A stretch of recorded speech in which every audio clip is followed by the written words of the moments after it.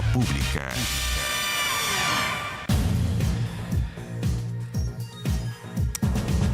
¿Cómo están ustedes? Muy buenas noches, bienvenidos a Vía Pública. Hemos estado informando, debatiendo cada día sobre la pandemia en el territorio nacional. Bueno, las cifras entregadas hoy por el Ministerio de Salud reforzaron lo que hace días se viene hablando.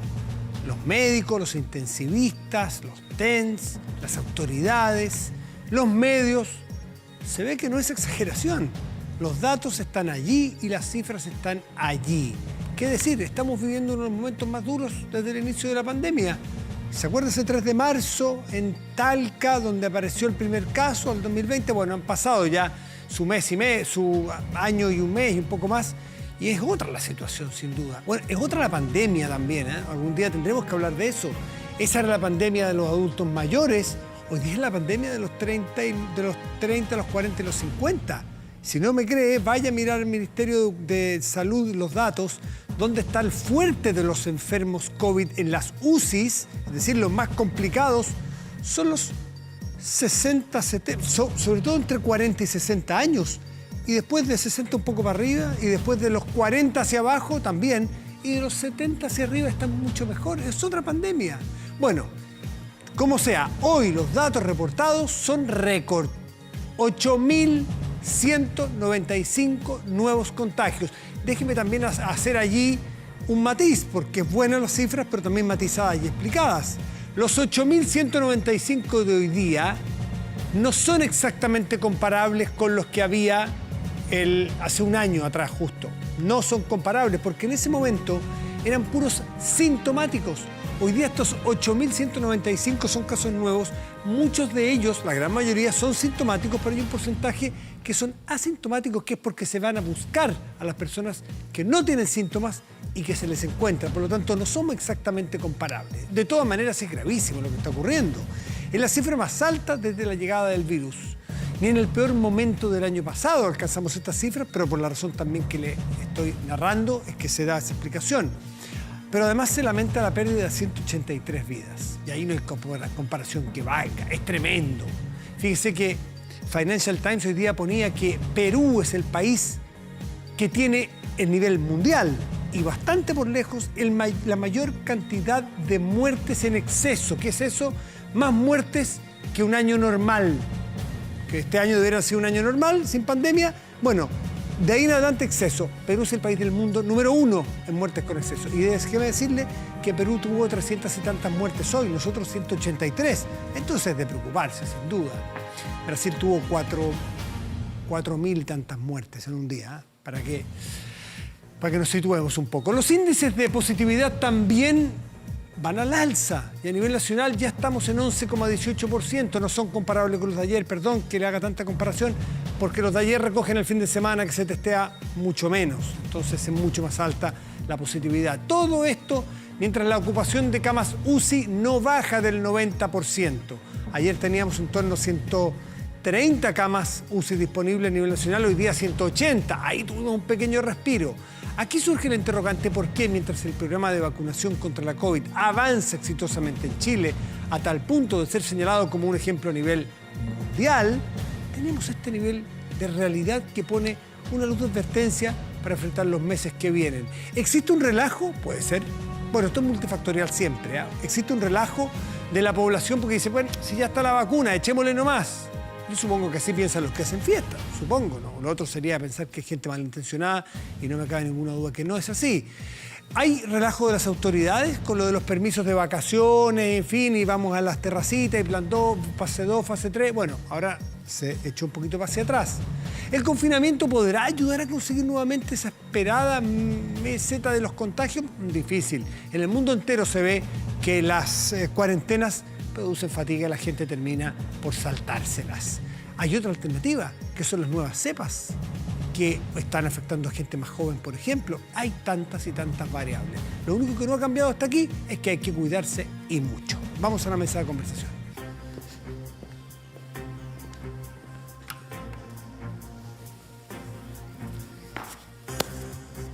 Y hay que cuidarse, qué duda cabe, porque las cifras son preocupantes y todavía no entramos en la fase quizás más compleja, ya sea por clima, o también porque todavía no está el periodo cumplido de donde los grupos de mayor riesgo están con todas las 2 vacunas y los 15 días después de la segunda vacuna cumplido. Es decir, nos quedan 2 semanas muy críticas probablemente. Para conversar de esto y otros temas, y como estamos aquí de manera presencial, nos ponemos la mascarilla. Está Sebastián Sichel, candidato presidencial. ¿Cómo te va, Sebastián? Buenas noches, gracias por estar aquí. Muy bien, Matías, mucho gusto. Casi hice presidente del Banco Estado porque la última vez que estuve estaba en eso. Sí, claro, ministro, presidente del Banco Estado, ahora candidato presidencial. Uno se confunde con las autoridades, las autoridades políticas. A ti te tocó estar en el ministerio con las medidas de apoyo social, que hoy día vamos a hablar de eso. Pero también tú eres un candidato presidencial y eventualmente te va a tocar administrar pandemias de este tipo. ¿Cómo estimas que se está manejando, cómo está gestionando la pandemia aquí? Mira, partamos de algo básico. Siempre somos buenos para culpar a los gobiernos, los estados de las fallas, pero tenemos una gran responsabilidad a los ciudadanos. Yo le tengo terror a esta idea de que tendremos que poner un carabinero por cada persona que sale a la calle para fiscalizarlo, y por lo tanto creo que los ciudadanos primero no hemos cumplido con nuestro deber comunitario de cuidarnos lo suficiente. Y no decirlo es básicamente no hacernos responsables de que vivimos en comunidad, de que vivimos en sociedad y que si no nos protegemos nosotros, nadie nos va a cuidar. Y creo que el gran llamado primero es que no hay nadie más responsable de esta pandemia que nosotros mismos y de nuestro propio cuidado. Que hay una segunda dimensión que tiene que ver con la comunicación. Yo creo que en la política hemos estado más preocupados de pegarnos codazos y estar todo el día boxeándonos de quién lo hace bien y quién lo hace mal y quién ayuda y quién no ayuda, en vez de dar las señales correctas respecto a la administración de la pandemia. Quería tener 2 grandes puntos. Primero, urgencias a las ayudas, que lleguen lo más temprano posible para que la gente no tenga que salir a buscar sus recursos. Y segundo, no tranquilizar a la población. La primera recomendación en una crisis siempre es no celebrar hasta que sales de la crisis, y estamos en el pic, como tú lo decías, de una crisis, y por lo tanto aquí no hay ningún tipo de relajo que valga. A ti te tocó estar en la primera fase de... ¿Tú cuándo saliste del gobierno con fecha exacta? Del ministerio en junio. Junio, mitad, junio. Claro. O sea, ya estaban empezando las cuarentenas hace 2 semanas. Pero te tocó estar en los momentos donde se diseñaron las primeras políticas de ayuda social. Y esa es la polémica que se ha dado la última semana. ¿Focalizar o universalización? Te tocó estar en esos equipos. ¿Tú sientes hoy que hay que hacer alguna autocrítica de parte de este gobierno en cuanto a que ha sido demasiado focalizador, con demasiadas restricciones para que no se cuele nadie con los beneficios? Sí, yo más que el gobierno hago una autocrítica, lo que hice yo también. Me carga esto que uno anda apuntando a otro. No, tú como parte de un gobierno. Sí, como parte de un gobierno. Yo ¿no? creo que 2 cosas pasan. Confiamos demasiado en el registro social de hogares, es un buen termómetro para medir la situación socioeconómica de mediano plazo de una persona, pero no tenemos instrumentos del Estado para medir urgencia. Si yo me quedo sin pega hoy día, ¿cuándo el Estado se entera? 90 días después, y por lo tanto es imposible confiar en los instrumentos y la burocracia del Estado para estos casos. Más que universalidad o focalización, yo creo que la solución tiene que ver con el autorreporte, con personas que digan yo necesito y el Estado le transfiera y confíe en la declaración de las personas, porque la universalidad tiene un problema, que los recursos no alcanzan para todos, que yo no quiero que le llegue al hijo de un gran millonario o un millonario la ayuda, quiero que le llegue a quien necesita, y por lo tanto o de una persona que no ha perdido el empleo. Que no ha perdido el empleo, exactamente. Claro. Yo creo que también hay harto ahí de gente que está vendiendo humo diciendo hay que darle a todo el mundo. No, hay que darle a todo aquel que lo solicite y sancionar al que miente con la información. El bono clase media, el primero, avanzaba en ese sentido. Nos encontramos la sorpresa en el banco, que más de, no me acuerdo cuánto, pero 1000 personas habían falseado información, finalmente 22 terminaron siendo despedidos, y eso demuestra finalmente que es mejor sancionar después, pero que todos los que recibieron el bono y declararon necesitarlo, lo reciban, y no al revés, confiando en la burocracia del Estado, que deja mucho que desear en casos de crisis. Bueno, parte de las propuestas que tú estás empezando a sociabilizar tiene que ver con modernización del Estado, tema que también es muy manido, manoseado, y uno pierde la esperanza en qué se puede hacer. ¿Por qué Sebastián Sichel va a ser capaz de modernizar el Estado? 2 cosas, y para cerrar lo de la crisis, ojo, un llamado también a que el Estado tiene que hacer más, pero un llamado a los privados que pueden hacer más en estas cuarentenas, cosa que también pasó en la crisis cuando empezó las cuarentenas. Yo estaba en el gobierno. Creo que la postergación del pago de cuentas, no solo las sanitarias, sino las eléctricas, las de telecomunicaciones y las de Internet, es vital en esta etapa, y ojalá los privados sean generosos o abran esa posibilidad para quienes están sin pega, y lo mismo con la postergación de los créditos FOGAPE. ¿Lo digo? ¿Son los FOGAPE? Los FOGAPE y todo. No, FOGAPE, crédito hipotecario y crédito de consumo, aquel que demuestre que se quedó sin empleo. Encontramos la misma situación que antes. Antes se demoró mucho el sector privado en reaccionar, tuvimos que ir a golpearle la puerta como Estado. Ojalá mañana y pasado hagan lo que hicieron las sanitarias y den una señal de todo aquel que necesite postergar pueda postergar, porque vamos a vivir 2 meses otra vez de cuarentenas permanentes o intermitentes y por lo tanto vamos a tener problemas de empleo. A la pregunta tuya de la modernización del Estado. ¿Sabes que parece muy urgente. Muy urgente. Parece muy Siempre hablamos de la modernización del Estado como aguas adentro, como el computador, la tecnología, y yo estoy muy preocupado de que esto ocurra afuera del Estado, atrás del mesón, para la gente que necesita el Estado. Por ejemplo, yo propuse algo que lo viví en el banco. El Estado atiende hasta las 2 de la tarde, una cosa absurda en el siglo XXI. El registro civil cierra a las 2 de la tarde, Compin cierra a las 2 de la tarde, y por lo tanto los chilenos necesitamos más servicios del Estado en crisis y el Estado entiende menos que antes, y por lo tanto la primera gran reforma que tiene que tener el Estado es su capacidad de atención a las personas. No es cierto que lo digital va a reemplazar esto, hay que estar en Coihueco y saber el acceso a Internet que hay y la necesidad de golpear la puerta para que el Estado te atienda, para tomar una decisión urgente, que es que todas las instituciones del Estado que atienden público dupliquen su capacidad de atención. Pero probablemente allí no falte capacidad de gestión ni diagnóstico, falte probablemente enfrentar lo que pasa en Chile en muchos ámbitos, enfrentar a grupos de presión. A mí me pasó en el banco. Grupos de poder, y aquí tenemos los empleados públicos, probablemente tú les dices registro civil después de las 2 de la tarde y vas a tener un problemón para poder hacerlo. Que son dos cosas. Yo tuve peleas ahí en el banco por eso, tratando de abrir hasta las 4 de la tarde, lo logramos con un sindicato que se enojó, pero también hay que reconocer que mucho funcionario público está recargado por la demanda de trabajo, por lo tanto no hay que tenerle miedo a hacer crecer el Estado si es necesario para mejorar la atención, pero no crecer arriba.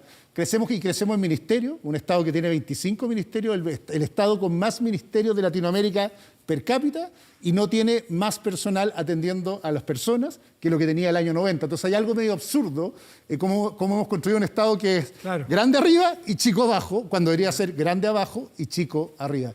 Y la segunda cosa con modernización es que el Estado cada día tiene que hacer más transferencias o pagos directos a los ciudadanos.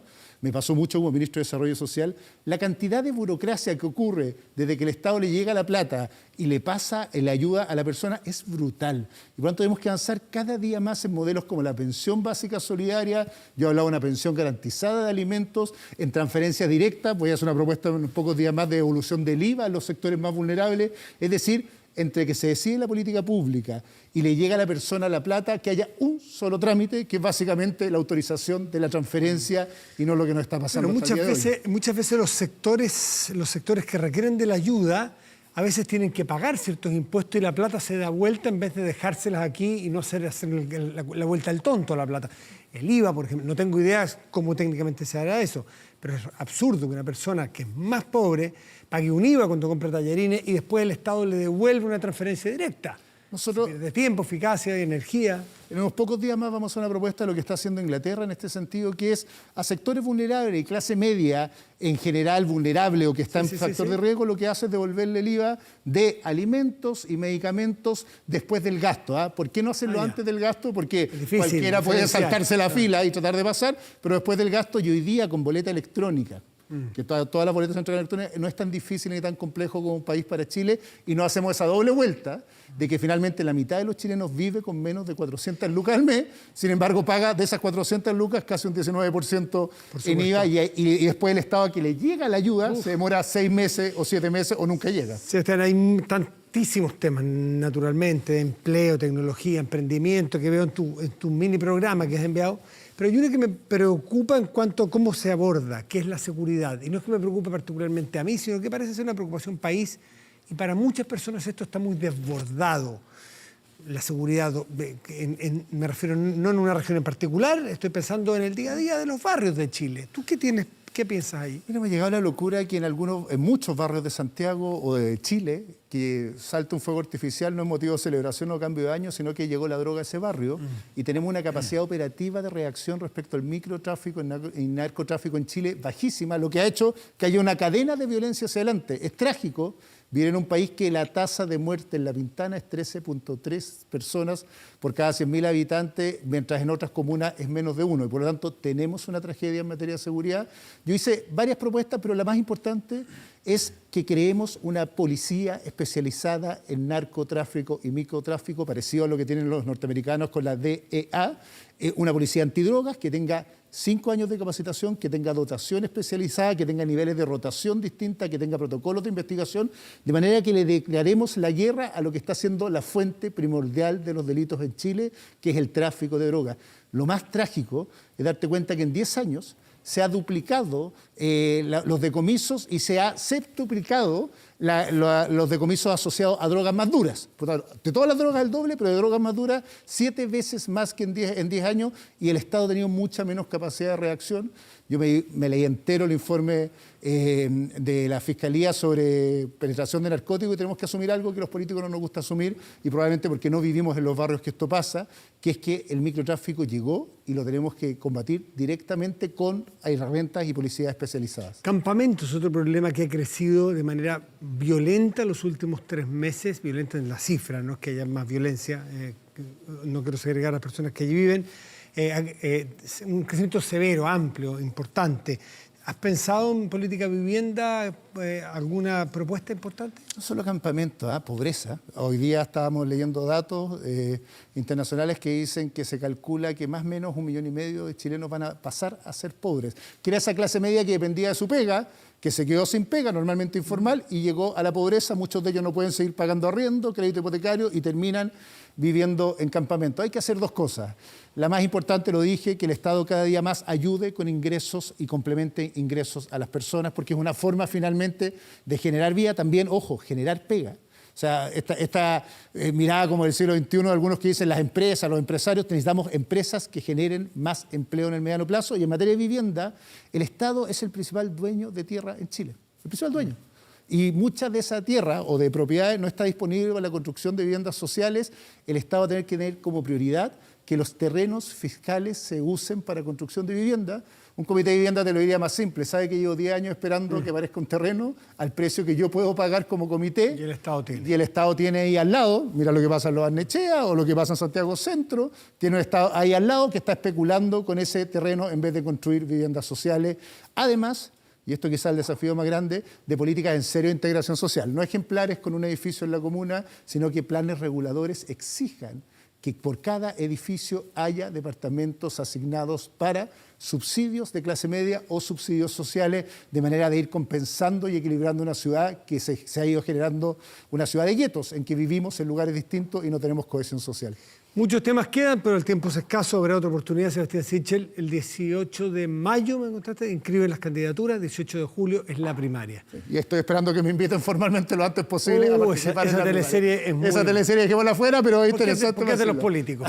No, pero de los independientes más que los políticos. Gracias, Sebastián. Muchas gracias, Matías, que esté muy bien. Hacemos una pausa y volvemos. Espérenos.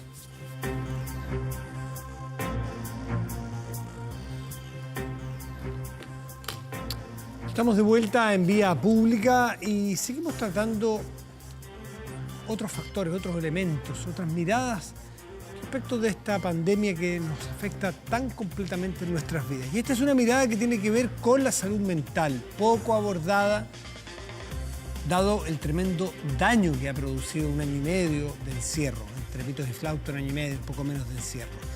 Y en este caso abordamos el tema de los niños, porque hay una propuesta de poder establecer una franja horaria para que los niños salgan, así como hay una franja de vivir sano en las mañanas para poder hacer deporte, que los niños salgan también a su plaza, a su cuadra, a su esquina, a correr, a jugar, a subirse a un árbol.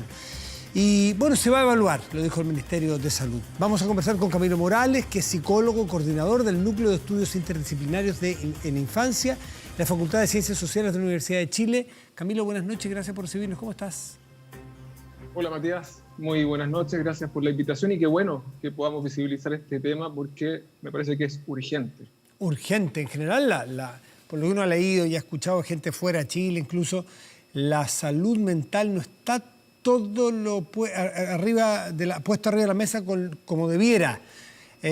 Partamos por los niños, que es lo que nos convoca hoy. ¿Tú ves factible hacer eso? ¿Cuáles son los efectos que pudiera tener?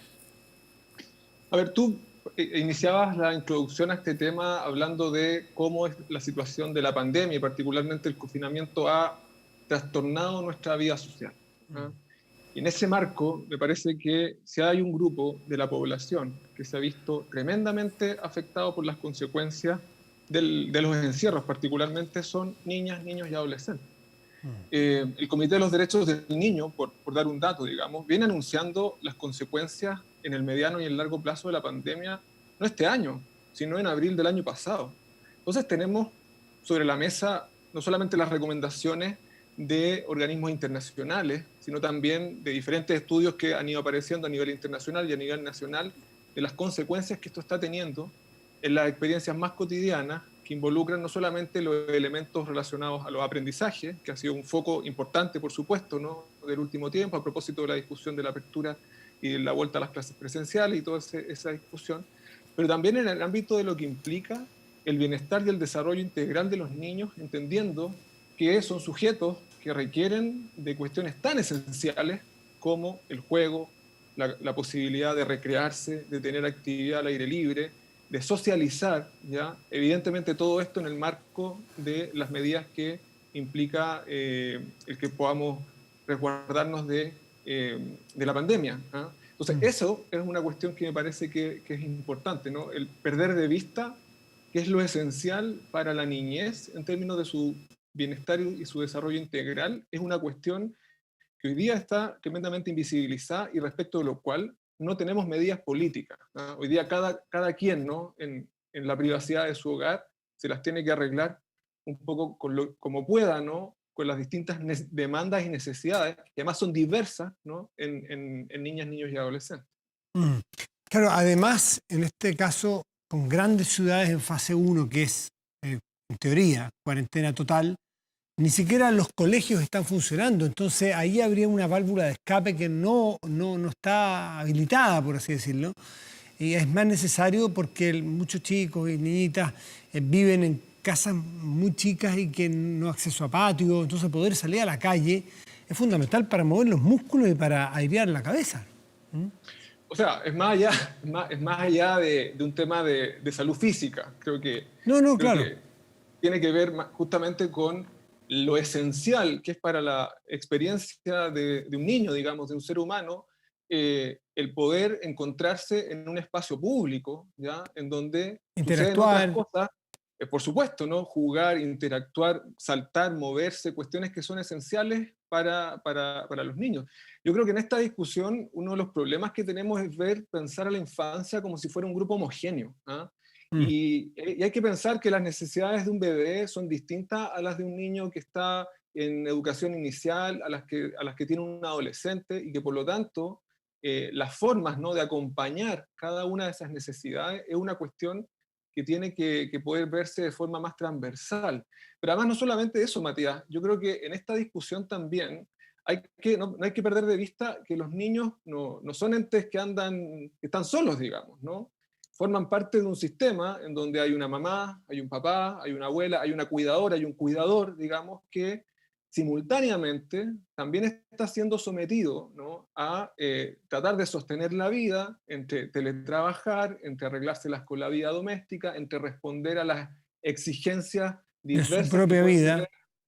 No, sí, pero del contexto escolar. Entonces, todos esos elementos, ¿no?, hoy día están jugándose en la esfera de la vida privada, invisibilizados buena parte de ello, sin un apoyo que permita oxigenar un poco, ¿no?, la situación que estamos viviendo. En ese sentido, ¿no?, la posibilidad de tener un permiso de salida no solamente viene a aliviar la situación probablemente de muchas madres, padres, cuidadores que requieren, ¿no?, de tener otros espacios para poder estar con sus hijos e hijas, sino que además es un reconocimiento simbólico que el Estado de Chile, la sociedad, creo que también le debe a los niños, ¿ah?, en términos de poder establecer una medida concreta que vaya dirigida a ellas y ellos, y no esperar demasiado tiempo. No hay que olvidar que el año pasado pasaron prácticamente 5 o 6 meses hasta que recién se pensó en un permiso, que eso fue en el mes de agosto, ¿no?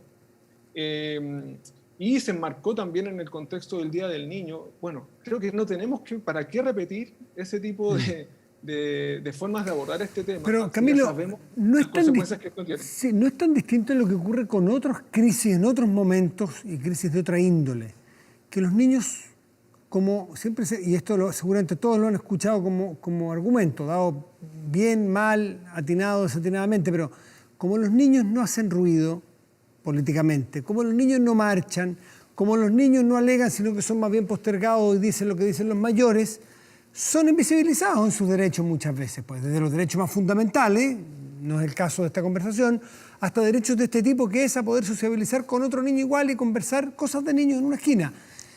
No parece tan importante, parece como secundario. Y ustedes que se dedican a este tema nos hacen ver lo importante que es la salud mental para el progreso, para el crecimiento, para el desarrollo de un niño o niña, ¿no? Claro, ahí tú mencionabas, ¿no?, la importancia de sociabilizar, ¿no? Yo creo que una pregunta que tenemos que hacernos, ¿no?, en un momento en donde las prioridades han estado puestas fundamentalmente, ¿no?, la pregunta por lo esencial, ¿no?, ha estado puesto fundamentalmente en el tema productivo y en el tema económico. Yo creo que esa pregunta tenemos que trasladarla en términos de, bueno, ¿qué es lo esencial para la infancia? ¿Qué es lo esencial para los niños? Y ahí por lo menos hay 3 cosas que me parece que son esenciales. El juego, ¿ya? O sea, si hay algo que se ha observado, ¿no?, a propósito de las crisis de distinto tipo, es que el juego es justamente una posibilidad de poder elaborar lo traumático, lo doloroso que implican este tipo de experiencias. Y en confinamiento, en encierro, tú mismo lo mencionabas, ¿no? Hay un porcentaje importante de niñas y niños en nuestro país que viven en condiciones de hacinamiento, ¿no? Bueno, esas son cuestiones que vienen justamente a limitar la posibilidad de jugar.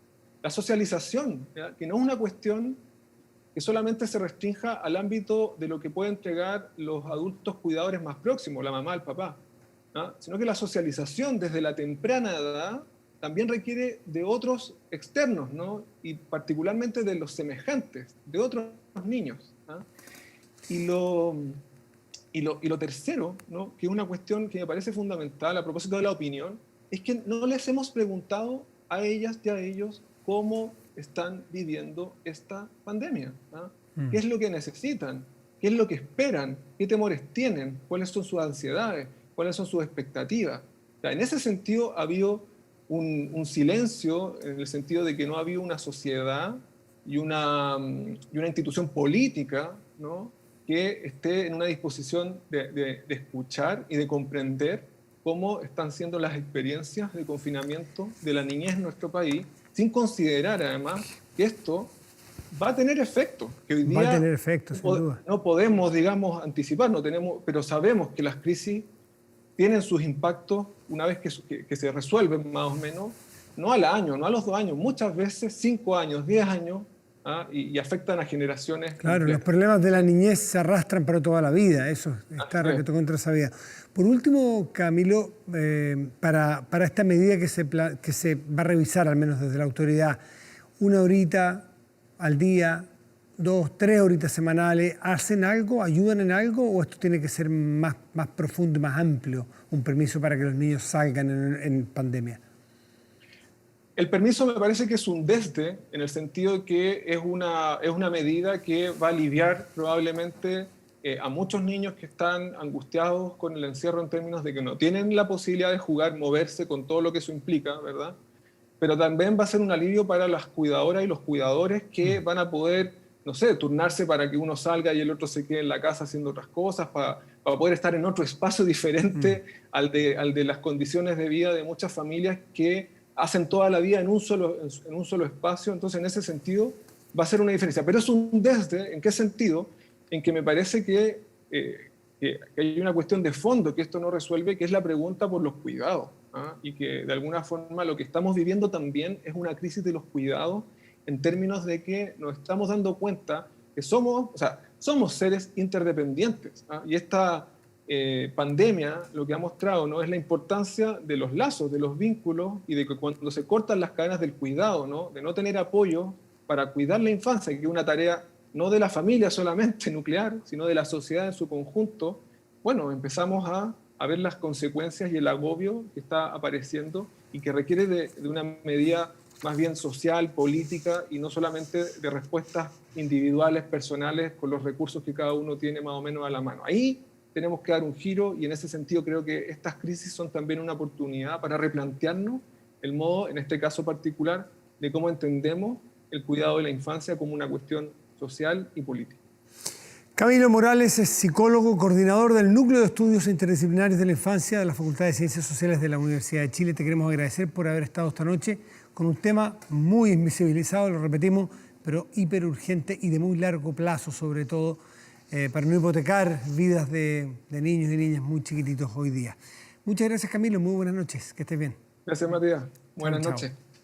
Chao. Y atención a todos los emprendedores dulces del país. Llanza sigue apoyándolos, por eso con la Universidad de Finisterra crearon la Academia Llanza, una academia donde impartirán clases de repostería y gestión de negocios para que lleves tu pyme al siguiente nivel. Ingresa ahora en academiallanza.cl, regístrate y postula. Mira el video. ¿Eres un emprendedor de la dulzura? Si es así, te invitamos a ser parte de la Academia Llanza, donde podrás aprender técnicas de repostería y útiles herramientas para la gestión de tu negocio. En alianza con la Universidad Finisterra, creamos esta academia virtual, donde te capacitaremos para llevar tus preparaciones al siguiente nivel y también a sacar el máximo rendimiento a tu negocio. Ingresa a www.academiallanza.cl, completa el formulario y postula. Llanza, somos dulces por naturaleza. Hacemos una pausa y volvemos en vía pública. Espérenos.